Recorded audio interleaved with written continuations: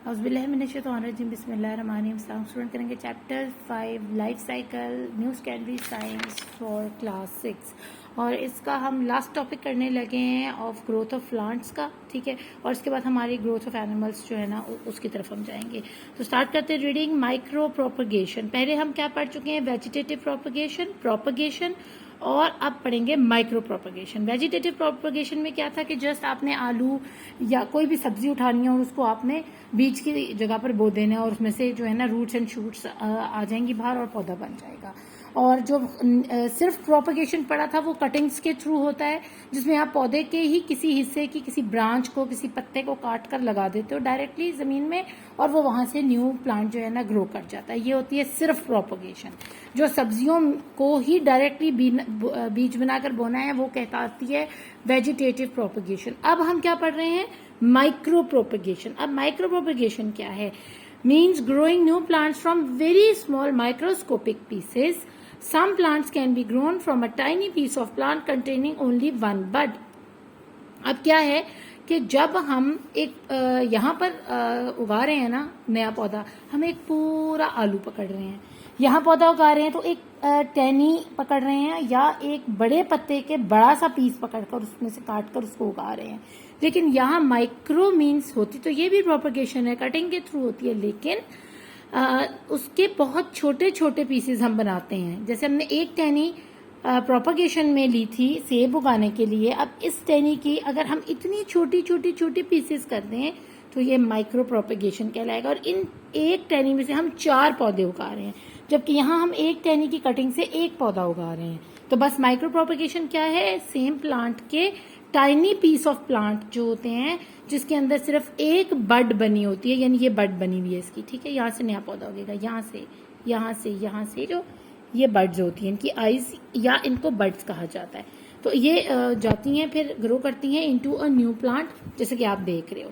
तो micro propagation क्या है? एक प्लांट के एक पीस को माइक्रो पीसेस बनाकर, टाइनी पीसेस बनाकर, उसमें से जिसमें हर पीस में एक बड मौजूद होना जरूरी है को कहा जाता है माइक्रो प्रोपगेशन, यानी नए पौधे उगाने का सिलसिला। और अब टिश्यू कल्चर क्या है ये भी हम इसमें आगे पढ़ेंगे। तो माइक्रो प्रोपगेशन के हम स्टेप वाइज रीड कर लेते हैं।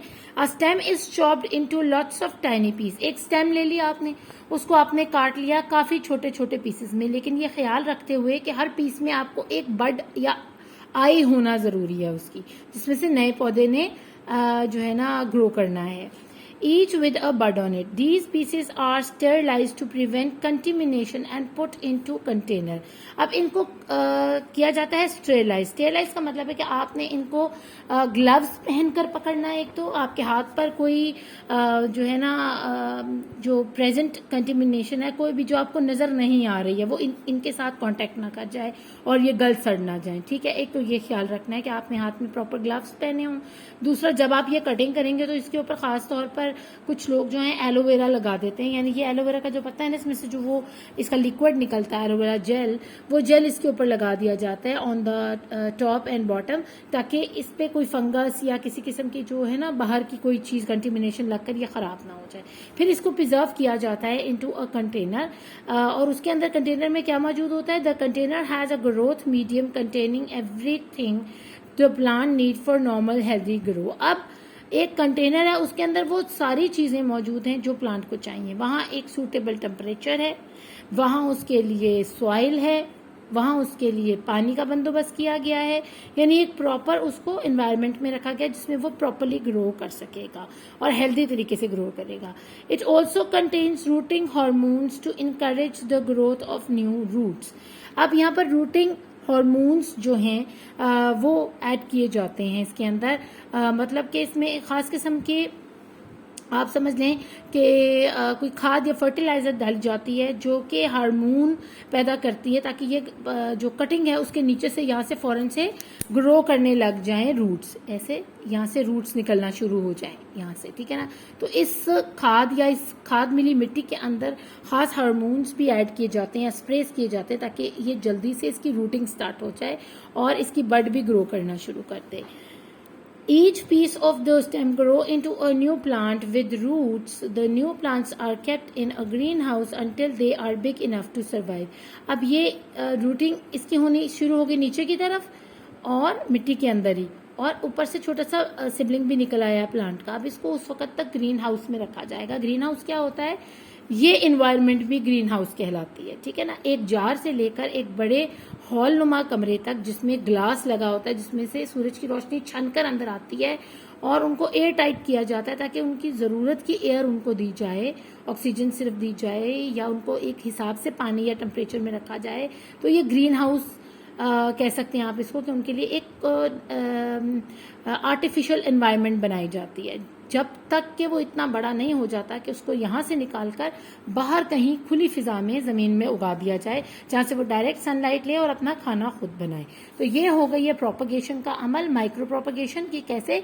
एक स्टेम के छोटे छोटे पीसेस होते हैं और हर पीस पर एक बड होती है, उसको कंटेनराइज किया जाता है और उसको वहां पर वो सारी एनवायरमेंट्स दी जाती हैं जो कि एक अच्छी ग्रोथ के लिए जरूरी है। और उसके बाद जब वो इतना ग्रो कर जाता है ग्रीन हाउस में रहने तक, उसको उस वक्त तक रखा जाता है जब तक एक प्रॉपर प्लांट नहीं बन जाता, ताकि उसको वहां से निकालकर वो खुद अपना फूड बनाने के काबिल नहीं हो जाता। अब टिश्यू कल्चर पढ़ लेते हैं। In tissue culture new plants are grown from only a few cells tissues instead of from a bud. The technique is very quick and doesn't take up much space. Plant growers can use it all year round in a greenhouse to produce healthy, disease-free plant. Genetically engineered plants are grown using this techniques. अब tissue culture क्या है? आपने वो plant लिया, microscope में रखकर आपने उस प्लांट का एक छोटा सा पीस काटा हुआ, ठीक है, इतना भी नहीं है, उसके अंदर कोई बड भी नहीं है, आपने समझे कि इतना सा छोटा सा उसका एक पीस जरा सा काट लिया, माइक्रोस्कोप के नीचे रखा है, तो उसमें खास टिश्यूज होते हैं, ऐसे ना लेयर्स होती हैं। अब उन टिश्यूज को एक एक करके आपने अलग करना शुरू कर दिया। उन सारे टिश्यूज के अंदर एक नया प्लांट मौजूद होता है अल्लाह की तरफ से। उन टिश्यूज को अब आप ग्रो करोगे। मैं आपको जो है ना इसमें एक एडिट कर दूंगी पिक्चर भी टिश्यूज कल्चर की, ताकि आपको और क्लियर हो जाए कि मैं क्या बताना चाह रही हूँ, ठीक है। और ये प्रोसेस जो है बहुत आसान तरीके से, बहुत जल्दी इससे फसलें उगाई जाती हैं और जेनेटिकली इससे काम लिया जाता है। यानी उन टिश्यूज के जरिए दो तरह के किस्म के टिश्यूज अगर मिलाएं तो एक नए तरह की सब्जी भी बन जाती है। जैसे पहले हम देखते थे कि इतने बड़े बड़े टमाटर नहीं होते थे, या इतने बड़े साइज के आलू, या इतने बड़े साइज के केले नहीं मिलते थे, तो वो क्या है, टिश्यू कल्चर की वजह से उसको जो है ना बड़ा किया गया है, ठीक है। आगे चलते हैं। The only problem is there is no genetic variation in cloning, so if one plant gets a disease it is very likely that all the other clones will get it as well. That is why in nature plant reproduce sexually as well as asexually.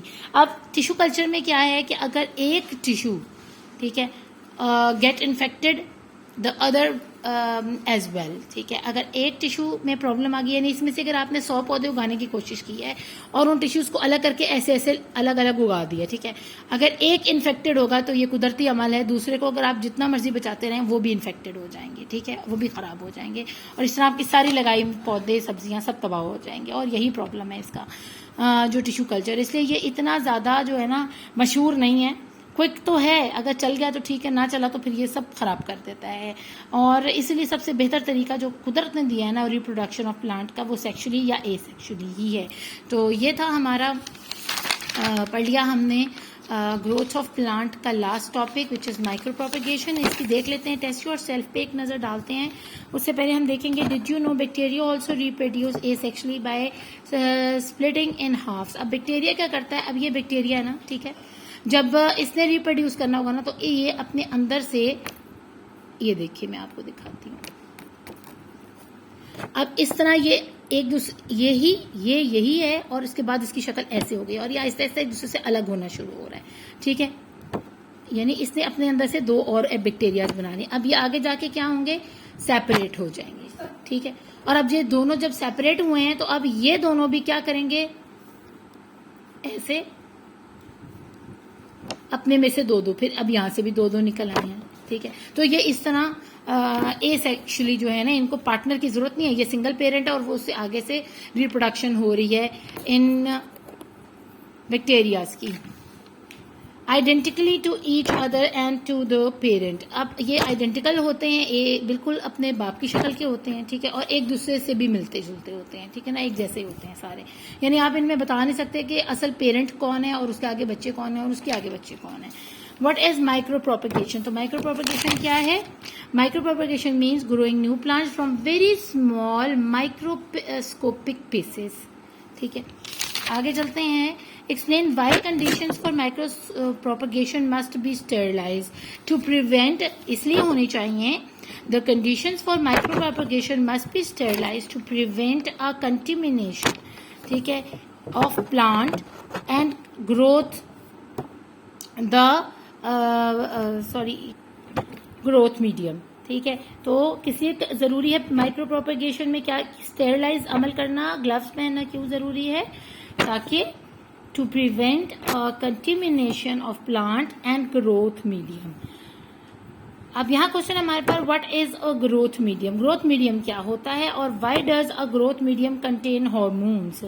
तो growth medium हमारे पास यहाँ मौजूद है।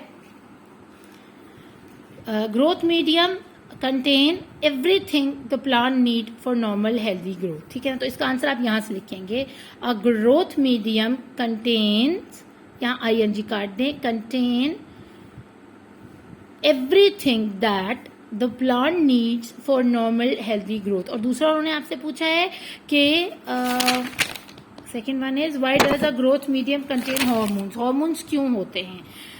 It also काट देना आपने, it contains rooting hormones to encourage the growth of new roots, इसलिए उसके अंदर हॉर्मोन्स होते हैं प्रेजेंट। आगे है लास्ट क्वेश्चन हमारा, explain why plant reproduce sexually as well as asexually in nature. Plant reproduce sexually as well as asexually in nature. क्यों? Because there is no genetic variation in reproduction, उसमें variation नहीं होती है। अगर आप variation की तरफ जाओगे, जेनेटिक वेरिएशन की तरफ, तो क्या होगा, वो इन्फेक्शन हो जाएगा और सारे पौधे जो है ना वो खराब हो जाएंगे। तो ये वजह है कि एसेक्सुअली या सेक्सुअली नेचर जो है ना रिप्रोड्यूस करती है प्लांट्स को। तो ये हमारी हो गई है ग्रोथ ऑफ प्लांट कंप्लीट। आगे हम नेक्स्ट वीडियो में करेंगे ग्रोथ इन एनिमल्स, और मैं वो कोशिश करूंगी कि एक ही वीडियो में ग्रोथ इन एनिमल्स जो है ना वो एक्सप्लेन कर दूं, क्योंकि ये एक्सप्लेन करना आसान था as compare to growth in plants, क्योंकि वो थोड़ा सा जो है ना कॉम्प्लिकेटेड था। और आपने CP में ये बर्ड्स वाले क्वेश्चंस को बहुत अच्छे से करना है, कटिंग्स वालों को, और इसको ज्यादा फोकस करना है। माइक्रो प्रोपगेशन कैसे होती है, इसके स्टेप्स आपको पता होने चाहिए। तो अपना खूब ख्याल रखिएगा। Thank you for watching. Allah ने के पास।